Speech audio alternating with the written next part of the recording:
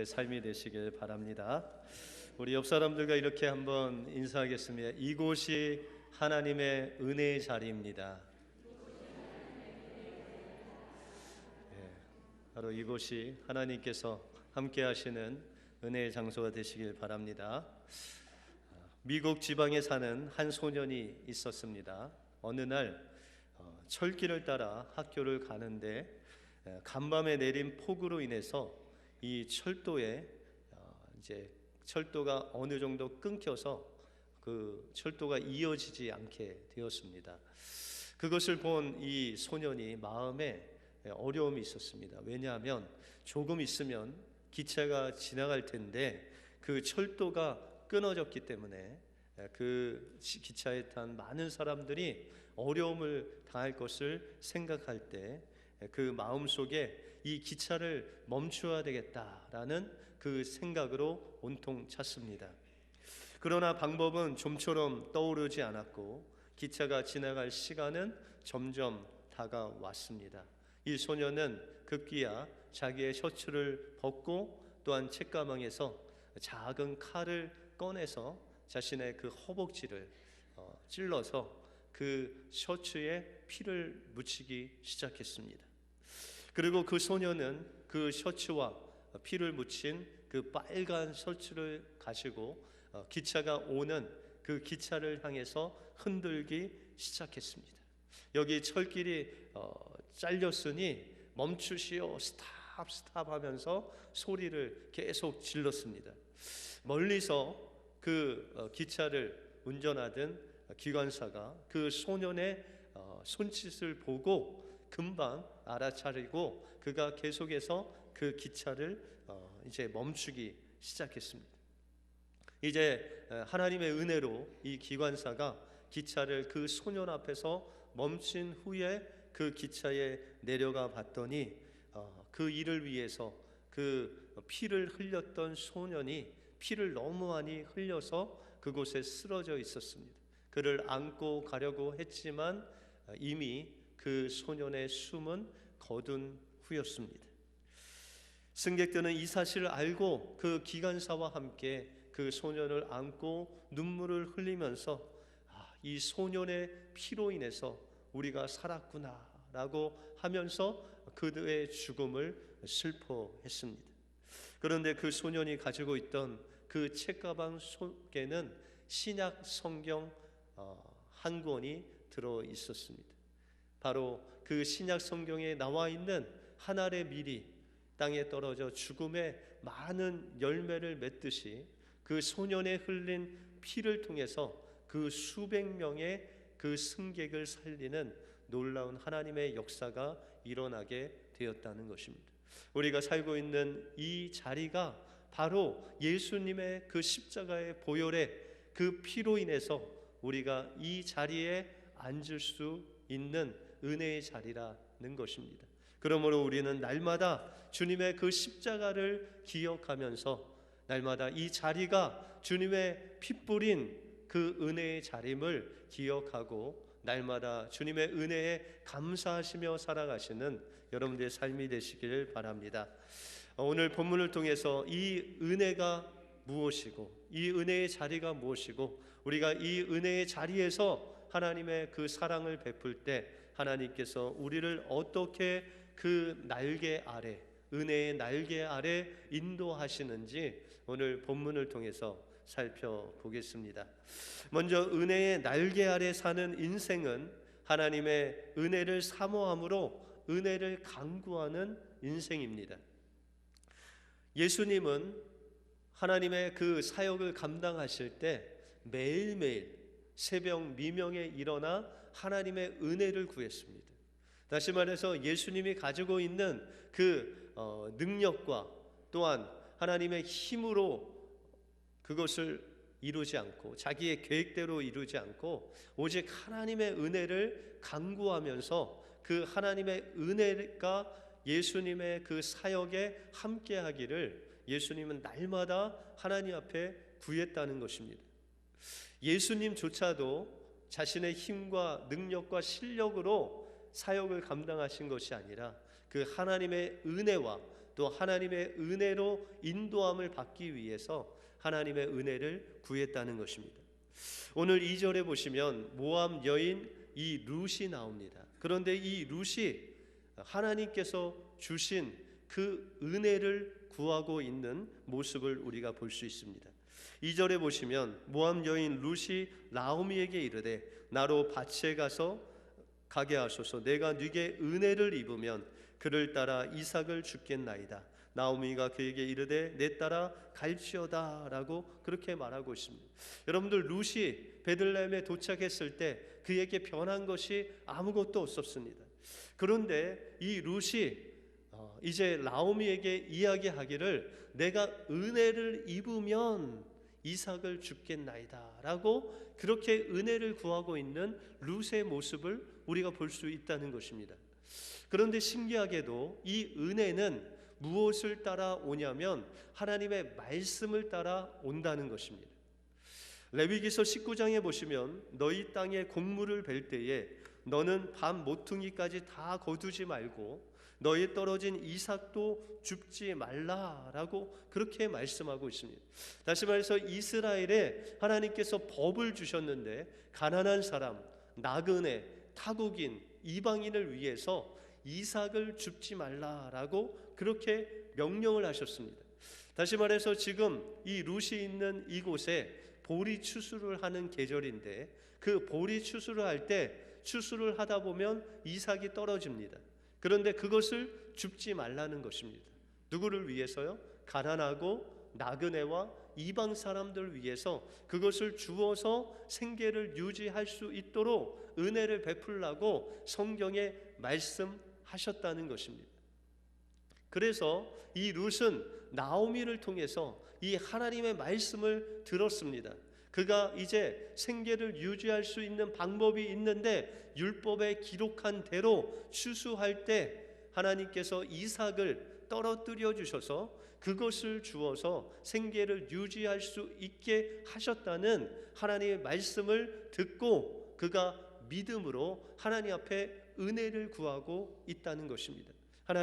하나님의 말씀에 이 이삭을 주음으로 우리가 생계를 유지할 수 있도록 하나님의 율법으로 정해 주셨사오니 하나님, 제가 나가서 이 이삭을 주울 수 있도록 하나님께서 은혜를 베풀어 주옵소서라고 이 룻이 하나님 앞에 기도했다는 것입니다. 여러분들, 룻은 모압에 살 때 모압으로 이주한 나오미의 아들과 결혼을 했습니다. 그 당시에는 이 나오미가 베들레헴에서 아주 부자로 있었기 때문에 그것을 다 팔아서 모압에 도착했을 때에는 이 나오미 가정이 아주 넉넉한 상태에서 모압에 갔다는 것입니다. 그래서 이 룻이 그 나오미의 아들과 결혼할 때 그 환경은 아주 좋았습니다. 집도 부유하고 재산도 있고 또한 나오미와 그 가정이 하나님을 믿는 그런 사람이었습니다. 여러분들, 룻을 보면 1장에서도 보시면은 이 룻의 성품은 아주 단호하면서도 성실했고 또한 그 부모를 공경하고 그 남편을 존경하는 그런 성품을 가진 룻이라는 것을 우리가 볼 수 있습니다. 그래서 이 룻은 한 10년 안팎으로 자신의 남편과 살면서 그의 마음속에 내가 남편과 하나 되어서 최선을 다하고 부모를 공경하고 남편을 존경하면 내가 잘 살 수 있다고 그렇게 생각하며 그렇게 남편과 살아왔습니다. 그런데 어느 날 그 시아버지가 죽고 자신의 남편이 죽고 이제 시어머니와 자기가 남은 그런 환경을 바라보면서 자신의 노력과 자기가 어떠한 수고를 통해서 잘 사는 것이 아니라 이제 하나님께서 은혜를 주셔야만 내 가정이 세움을 받을 수 있고 내 삶이 잘 살 수 있도록 하나님의 은혜 없이는 내가 세움을 받을 수 없다는 것을 깨달은 것입니다. 그리고 하나님 앞에 그는 은혜를 구했다는 것입니다. 그래서 시편 127편 1절에 보시면 여호와께서 집을 세우지 아니하시면 세우는 자의 수고가 헛되며 여호와께서 성을 지키지 아니하시면 파수꾼의 경성함이 허사로다라고 말씀하고 있다는 것입니다. 아무리 우리가 실력이 있고 능력이 있고 경험이 있고 가진 재물이 있다 할지라도 하나님께서 우리에게 은혜를 주시고 우리의 가정을 세우지 아니하시면 우리가 노력해도 우리 가정이 세워질 수 없다는 것입니다. 아무리 우리의 힘으로, 아무리 우리 권력으로, 권세로 우리의 집을 지키려고 해도 하나님께서 그 집을 지키지 아니하시면 우리의 집이 지킴을, 세움을 당할 수 없다라고 말씀하고 있다는 것입니다. 그러므로 우리의 삶 속에서 가장 중요한 자세는 매일매일 그 삶이 시작되기 전에 예수님이 하신 것 같이 하나님의 말씀을 붙잡고 하나님께 은혜를 구하는 삶으로 하나님 앞에 매일매일 하나님 앞에 다가가야 된다는 것입니다. 그럴 때 하나님께서는 우리를 은혜 가운데 인도하여 주시고 여러분들의 자녀와 여러분들의 가정과 우리 은혜 교회를 세워가시는 그 하나님의 은혜를 하나님께서 물붓듯이 부어주신다라고 약속하시고 있다는 것입니다. 그래서 이 룻이 하나님 말씀 붙잡고 하나님의 은혜를 구하고 하루 종일 살았을 때 그 결과 하나님은 이 룻에게 은혜를 베푸셨다는 것입니다. 오늘 10절에 보시면 룻이 엎드려 땅에 얼굴을 대고 절하며 그에게 이르되 나는 이방 여인이거늘 당신이 어찌하여 내게 은혜를 베푸시며 나를 돌아보시나이까 라고 고백하고 있습니다. 이 룻은 모압에서 온 여인이었습니다. 이스라엘 백성과 대적하고 완전히 원수된 그런 이방 여인이었습니다. 그럼에도 불구하고 하나님의 말씀을 붙잡고 하나님 앞에 은혜를 구하는 이 룻에게 하나님께서는 사람을 붙여 주셔서 그가 이삭을 죽게 하시고 은혜를 입을 수 있도록 하나님께서 인도해 주셨다는 것입니다. 그러므로 우리의 삶 속에서 하나님의 그 은혜 아래 머물기 위해서는 우리가 날마다 하나님의 말씀을 붙잡고 하나님의 은혜를 구해야 됩니다. 사도 바울도 고백하기를 내가 나 된 것은 온전히 하나님의 은혜로 내가 나 될 수 있었다라고 고백하고 있습니다. 여러분들 이 자리에 여러분들이 여러분 되어서 있을 수 있는 그것은 바로 하나님의 은혜로 이 자리에 나와 계신 줄 믿습니다. 그러므로 우리의 삶 속에 날마다 주님의 말씀을 붙잡고 그 은혜의 말씀대로 우리의 삶에 은혜를 달라고 하나님 앞에 기도할 때 하나님께서는 우리의 삶을 통해서 하나님께서 은혜 주셔서 죽은 자가 살아나고 안전뱅이가 일어나고 우리의 인생이 역정되는 놀라운 그 은혜가 여러분들 삶 속에 임할 줄 믿습니다.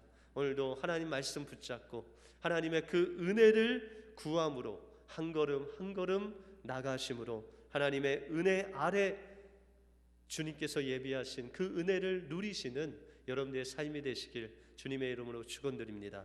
다음으로 은혜 아래 사는 인생은 하나님의 말씀을 붙잡고 최선을 다하는 삶을 사는 인생입니다. 이 룻은 하나님께서 말씀하신 그 이삭을 줄 수 있다는 그 궁율의 말씀을 붙잡고 하나님의 은혜를 잊기 위해서 밖으로 나갔습니다. 이 룻은 그 기도하고 은혜를 구하는데 멈추지 아니하고 하나님께서 주신 그 말씀의 자리, 은혜의 자리로 나가서 열심히 하루 종일 일을 합니다.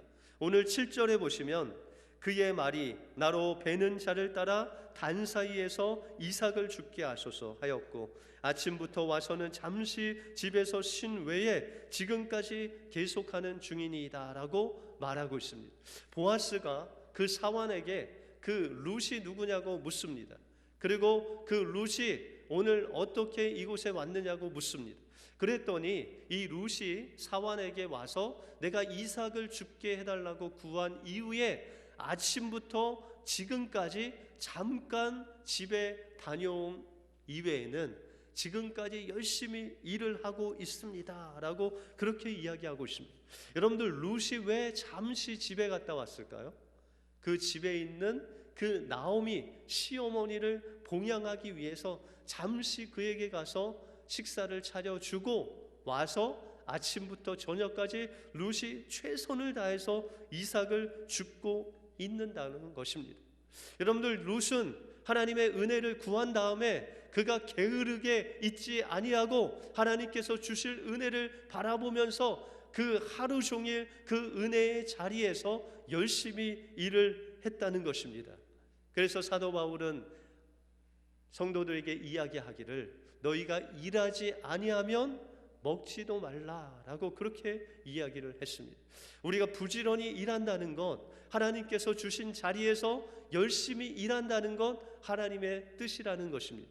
여러분들 마태복음에 보시면은 달란트 비유가 나옵니다. 그런데 한 달란트 받은 자가 그 달란트를 준 주인을 오해함으로 인해서 그 달란트를 땅에 묻어두고 그 달란트를 장사하지 않고 자기 마음대로 삽니다. 그 이후에 그 주인이 와서 그 종에게 묻습니다. 내가 나를 위해서 무엇을 했냐? 내가 당신은 아주 무서운 사람이라 당신이 준 이 달란트를 그대로 땅에 묻어두었습니다. 이것을 받으소서라고 할 때 그 주인이 종에게 이야기하기를 악하고 게으른 종아, 내가 나를 오해하였다라고 하면서 그 달란트를 뺏어서 5달란트 받은 자에게 주는 그 주인의 모습을 볼 수 있습니다. 다시 말해서 하나님께서는 우리에게 주신 그 달란트를 가지고 우리의 인생을 들어 최선을 다하는 삶을 살 때 하나님께서는 우리를 기뻐하신다고 말씀하고 있다는 것입니다. 어떤 목사님이 사랑의 교회 원로 목사님이셨던 옥하는 목사님에게 질문을 한 게 했다고 합니다. 목사님은 언제가 가장 행복하십니까? 라고 그렇게 물으셨대요.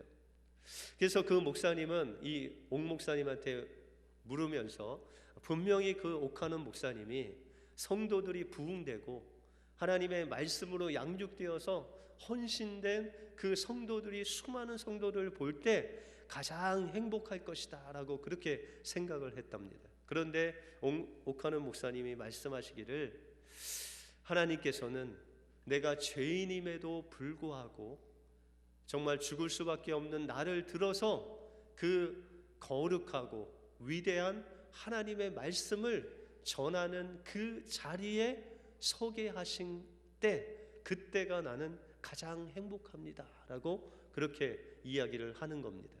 여러분들, 목사에 있어서 하나님의 말씀을 준비하는 것이 때로는 십자가가 될 수 있습니다. 일주일 동안 정말 하나님께 기도하고 그렇게 준비를 해도 때로는 토요일 저녁까지 하나님께서 말씀을 주시지 않아서 괴로워할 때가 있어요. 그래서 설교자한테는 그 설교하는 게 십자가가 될 수 있는데 옥하는 목사님은 하나님께서 나 같은 죄인을 들어 쓰셔서 이 설교의 자리를, 설교의 직분을 주신 그 자체가 행복하다라고 그렇게 이야기하면서 그 목사님에게 이런 이야기를 했다고 합니다. 목사님, 제가 만약에 수많은 성도들이 하나님의 말씀으로 양육되는 것으로 내가 행복하다면 혹시나 목사님들이 목회하는 그곳에 수많은 성도들이 없으면 어떻게 하겠습니까? 하나님의 말씀을 양육하려고 해도 성도들이 없다면 그러면 그 목사는 불행한 목사입니까? 라고 이야기하면서 저는 그것에 관심이 없습니다. 단지 하나님께서 나에게 주신 그 설교하는 그 목회의 자리에서 내가 최선을 다하는 그 자리가 바로 은혜의 자리고 하나님께서 내게 주신 행복의 자리입니다 라고 고백했다고 합니다.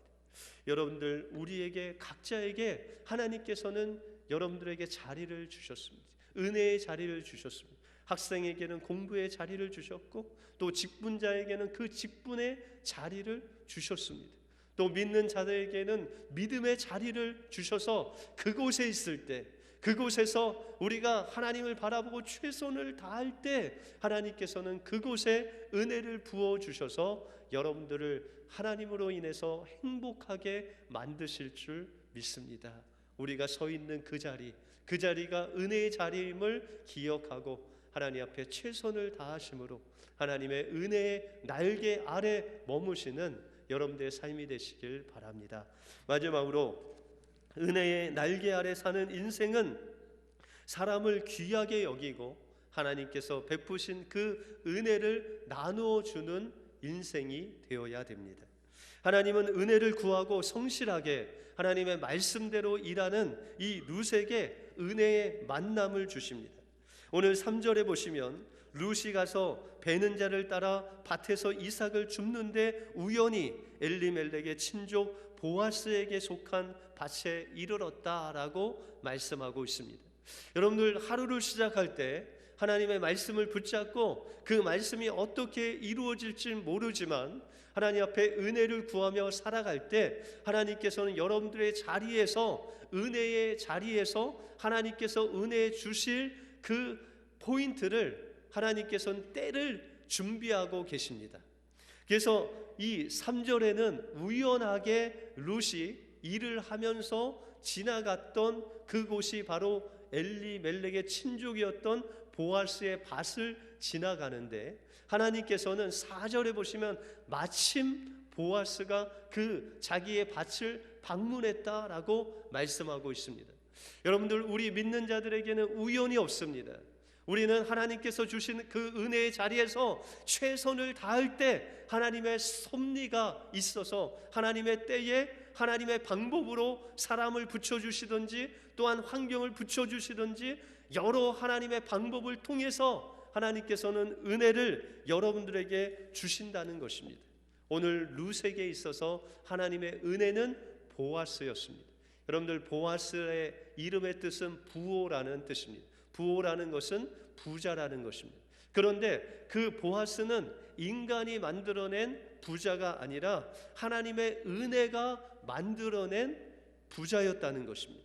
그 모습을 보시면 여러분들 4절에 보시면 마침 보아스가 베들레헴에서부터 와서 베는 자에게 이르되 여호와께서 너희와 함께 하시기를 원하노라. 그들이 대답하되 여호와께서 당신에게 복 주시기를 원하나이다 라고 말하고 있습니다.